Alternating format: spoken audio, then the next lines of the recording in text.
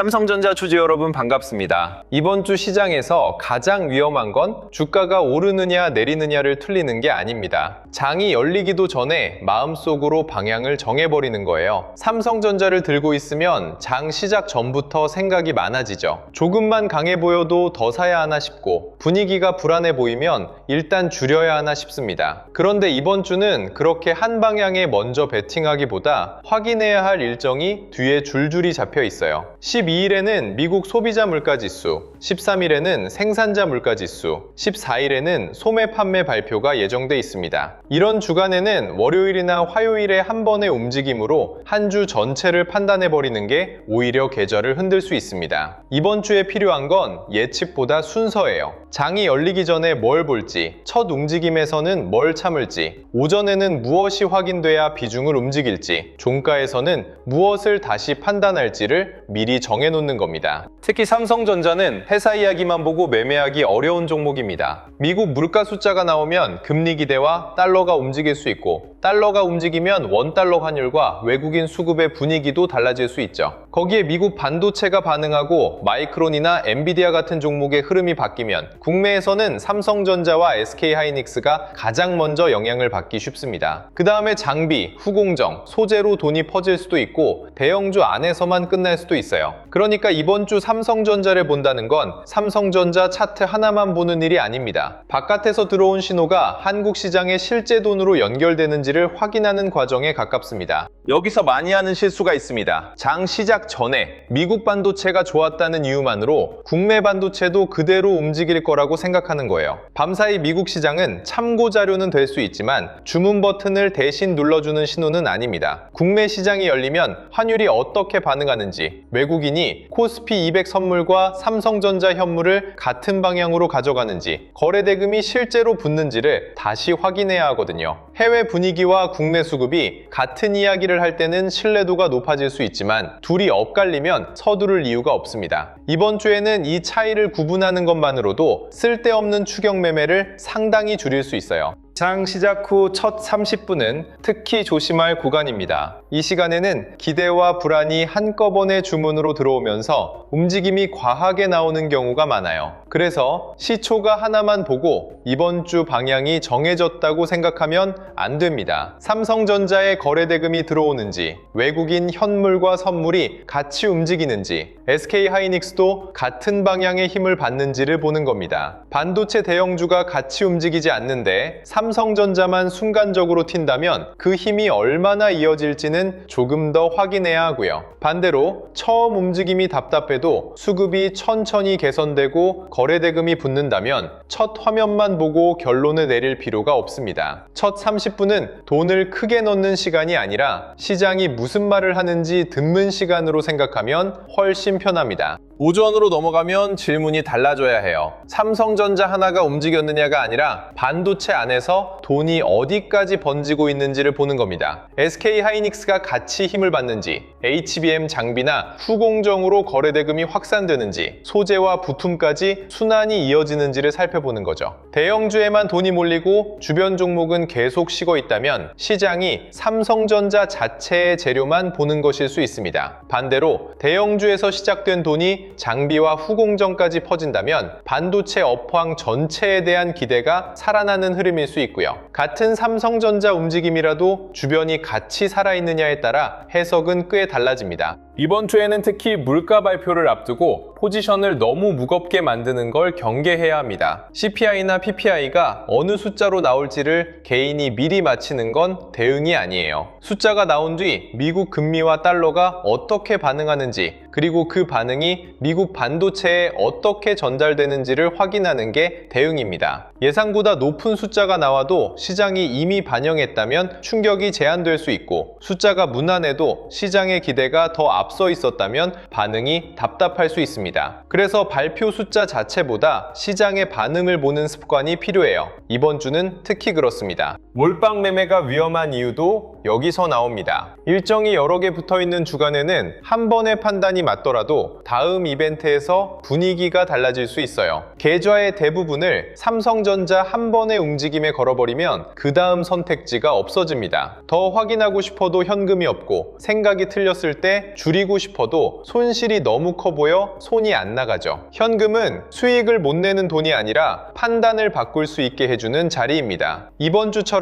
변수가 연달아 나오는 구간에서는 그 선택권 자체가 굉장히 중요해요. 수익권에 계신 분들은 마음이 가장 들뜨기 쉬울 때를 조심하셔야 합니다. 계좌가 플러스면 시장을 맞췄다는 느낌 때문에 비중을 더 키우고 싶어지거든요. 그런데 수익이 난 것과 추가 매수 자리가 좋은 건 전혀 다른 이야기입니다. 삼성전자에 돈이 계속 붙는지, 외국인이 하루 중간에 방향을 바꾸지는 않는지, 반도체 전체 거래대금이 이어지는지를 확인하면서 기존 수익을 지키는 쪽이 먼저예요. 이미 비중이 크다면 굳이 새로운 이벤트를 앞두고 계좌를 더 무겁게 만들 필요도 없습니다. 좋은 흐름을 오래 가져가는 것과 가장 높은 비중으로 가져가는 건 같은 말이 아니니까요. 본전 근처에 있는 분들은 더 마음이 복잡합니다. 조금만 움직여도 이번에는 탈출해야 하나, 조금 더 기다리면 수익으로 넘어가나 계속 흔들리죠. 그런데 평균 단가는 시장이 모릅니다. 내가 어느 가격에서 샀는지 외국인도 모르고 기관도 몰라요. 그래서 본전권에서는 내 매수 가격보다 시장의 수급에 시선을 두는 게 낫습니다. 삼성전자와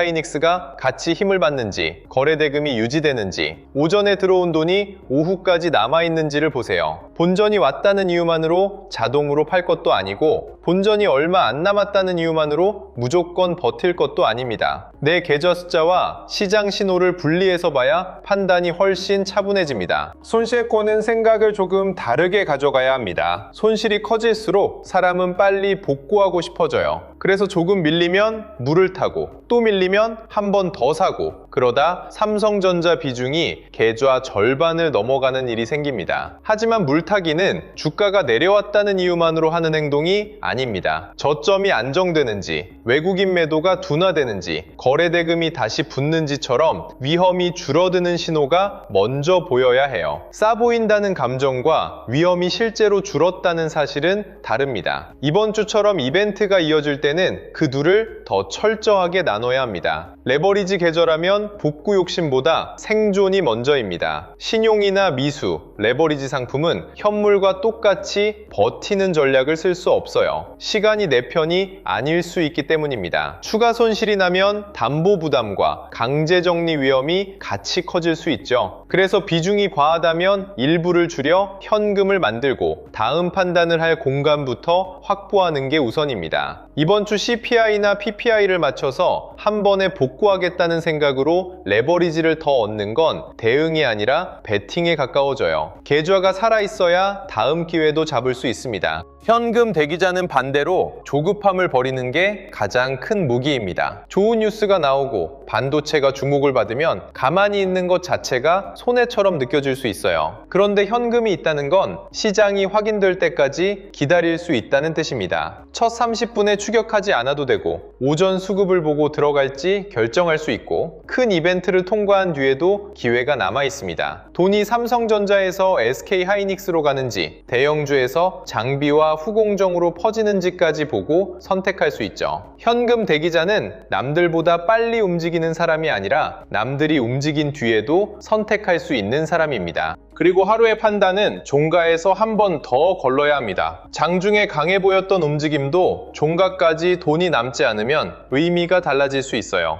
반대로 오전에는 답답했지만 오후 들어 외국인 수급이 살아나고 거래대금이 유지되면서 종가까지 힘을 남기는 날도 있습니다. 그래서 첫 30분, 오전, 종가를 따로 보는 겁니다. 첫 30분은 기대가 들어오는 시간, 오전은 그 기대가 실제 수급으로 이어지는지 확인하는 시간, 종가는 시간은 그 돈이 하루를 버텼는지 확인하는 시간이라고 생각하면 쉬워요. 이번 주에 한 번의 순간보다 흐름을 보자는 이야기가 바로 이겁니다. 문제는 이걸 실제로 하려면 확인할 게 너무 많다는 겁니다. 장 시작 전에 미국 반도체를 보고 환율을 보고 장이 열리면 외국인 현물과 선물을 보고 삼성전자와 SK하이닉스를 비교하고 장비와 후공정 거래대금까지 따라가야 하잖아요. 거기에 이번 주에는 CPI, PPI, 소매 판매 같은 일정까지 붙어 있습니다. 직장에 계신 분이 이걸 장중에 계속 확인하기는 현실적으로 어렵죠. 결국 기사 하나만 보고 늦게 따라가거나 삼성전자 차트만 계속 보다가 주변에서 먼저 움직이는 돈을 놓치게 됩니다. 그래서 이번 삼성전자 실시간 대응 알림센터는 이번 주처럼 변수가 많은 장에서 더 실용적으로 활용할 수 있습니다. 무조건 사라는 신호를 보내는 곳으로 생각하시면 안 돼요. 장 시작 전에는 미국 반도체와 환율, 주요 일정이 삼성전자에 어떤 부담이나 기회를 만들 수 있는지 먼저 연결하고 장이 열린 뒤에는 실제 외국인 수급과 거래대금이 그 이야기를 따라오는지 확인하는 겁니다. 뉴스가 좋아도 돈이 안 들어오면 기다릴 수 있어야 하고 뉴스가 조용해도 수급이 먼저 움직이면 왜 그런지 확인할 수 있어야 하죠. 결국 정보보다 필요한 건 정보가 실제 돈으로 바뀌고 있는지를 알려주는 기준입니다. 예를 들어 장 시작 전 미국 반도체 분위기가 눈에 띄었다고 해볼게요. 개인 투자자는 이걸 보고 삼성전자 주문부터 생각하기 쉽습니다. 하지만 알림센터에서는 그 다음 장면까지 이어서 봅니다. 국내 시장이 열렸을 때 원달러 환율이 외국인에게 부담을 주는 방향인지, 외국인 선물과 현물이 같은 흐름인지, 삼성전자와 SK하이닉스 중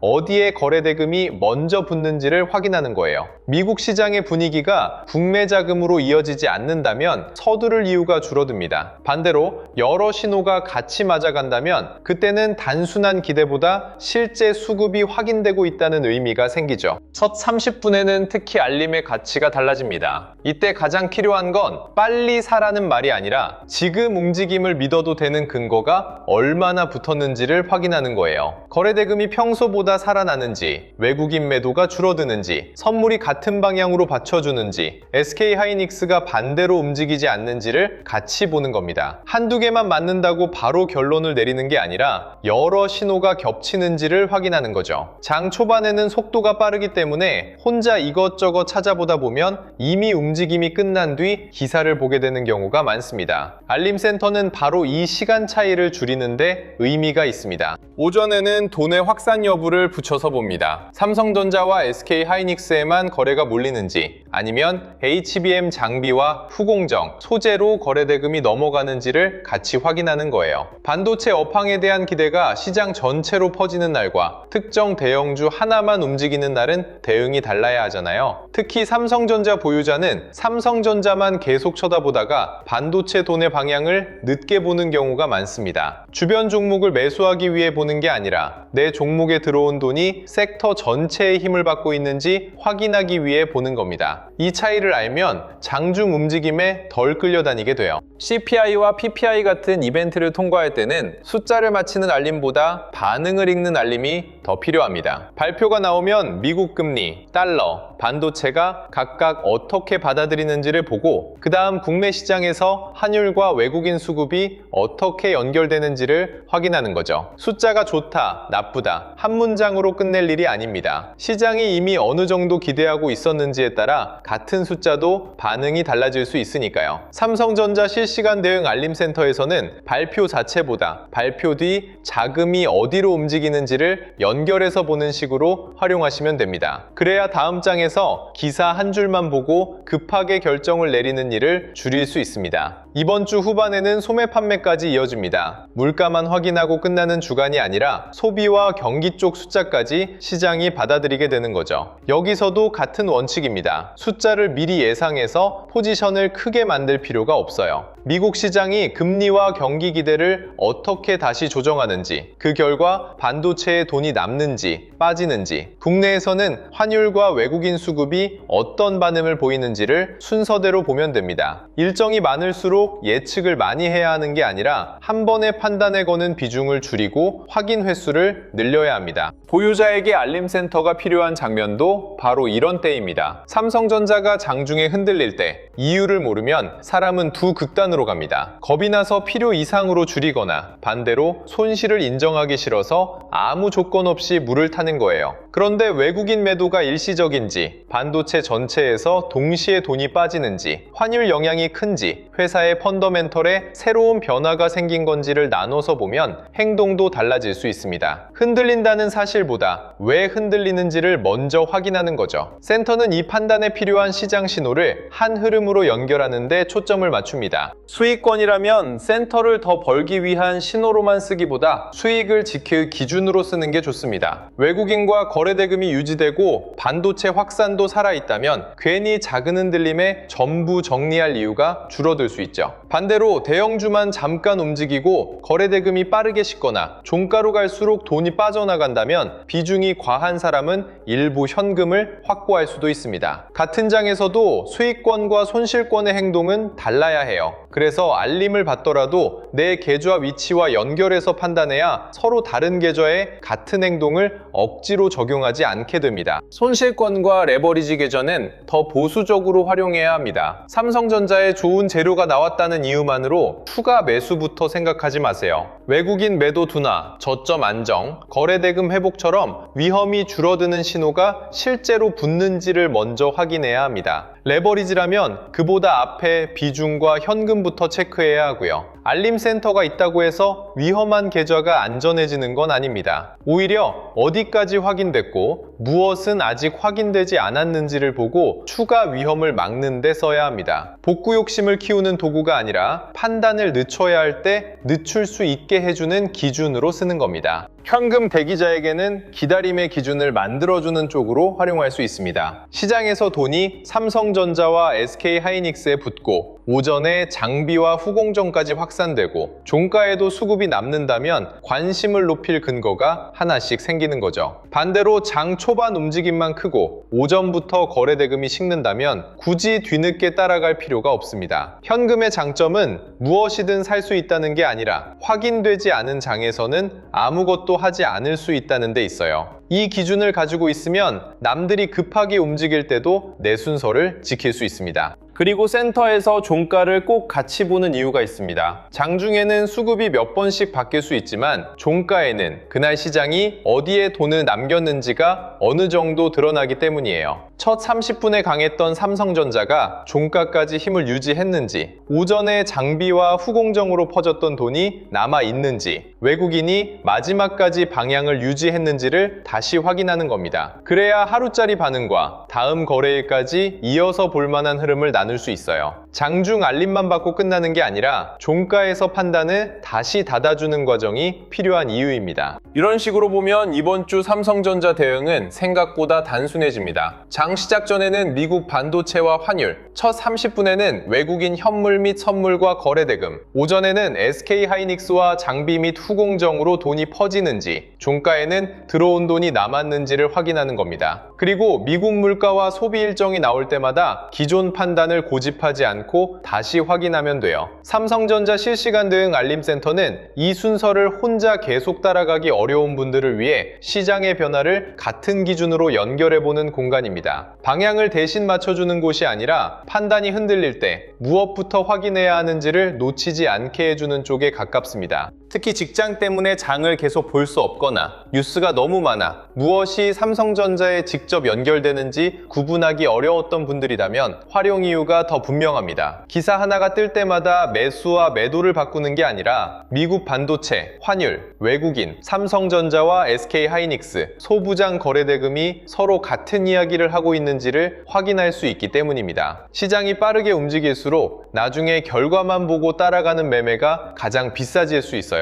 이미 돈이 움직이고 난 뒤 뛰어드는 대신 돈이 이동하는 과정에서 무엇이 확인되고 있는지를 보는 겁니다. 그래서 이번 주 대응을 혼자 따라가기 어렵다고 느끼셨던 분들은 영상 아래 더보기란에 공식 신청 페이지를 통해 삼성전자 실시간 대응 알림센터 입장 안내를 확인해 보시기 바랍니다. 들어오신 주에는 단순한 매수 신호만 기다리기보다 장전에는 무엇이 달라졌는지, 첫 30분에는 수급이 붙는지, 오전에는 돈이 확산되는지, 종가에는 그 힘이 남는지를 같이 확인해 보세요. 보유자는 흔들릴 때 이유를 확인하고, 현금 대기자는 기다릴 근거를 확인하고, 손실권과 레버리지 계좌는 추가 위험을 막을 신호를 먼저 보는 식으로 활용하시면 됩니다. 같은 삼성전자를 보더라도 계좌 상황이 다르면 행동까지 같을 이유는 없습니다. 이번 주에는 시장을 마치려고 너무 애쓰지 않으셨으면 합니다. 일정이 많고 변수가 많을수록 한 번의 예상보다 대응 순서가 계좌를 지켜줍니다. 장 시작 전부터 방향을 정하지 말고, 첫 30분의 흥분에 끌려가지 말고, 오전 수급과 섹터 확산을 확인하고 종가에서 다시 판단하세요. CPI와 PPI, 소매 판매가 지나갈 때도 숫자 하나에 반응하기보다 금리와 달러, 환율, 외국인, 반도체, 돈의 흐름이 어떻게 연결되는지를 보는 겁니다. 삼성전자를 오래 가져가고 싶은 분일수록 매일 주가를 맞힐 필요는 없습니다. 오히려 틀렸을 때 계좌가 크게 다치지 않게 비중을 관리하고, 확인되지 않은 자리에서 몰빵하지 않고, 손실이 난다고 무조건 물을 타지 않는 게 더 오래 갑니다. 시장은 계속 기회를 주지만 현금과 판단력을 잃어버린 계좌에는 그 기회가 잘 보이지 않거든요. 이번 주도 삼성전자 한 종목의 움직임만 보지 마시고 그 주변에서 돈이 어떻게 이동하는지까지 차분하게 확인해 보시기 바랍니다. 그 흐름을 읽을 수 있으면 상승장에서는 쫓아가지 않을 수 있고, 흔들리는 장에서는 이유도 모른 채 겁먹는 일을 줄일 수 있습니다. 결국 대응은 미래를 맞히는 기술이 아니라 시장이 보여주는 신호에 맞춰 내 행동을 바꾸는 기술입니다. 다음 영상에서는 더 좋은 소식으로 찾아뵙겠습니다. 오늘도 시청해 주셔서 감사합니다.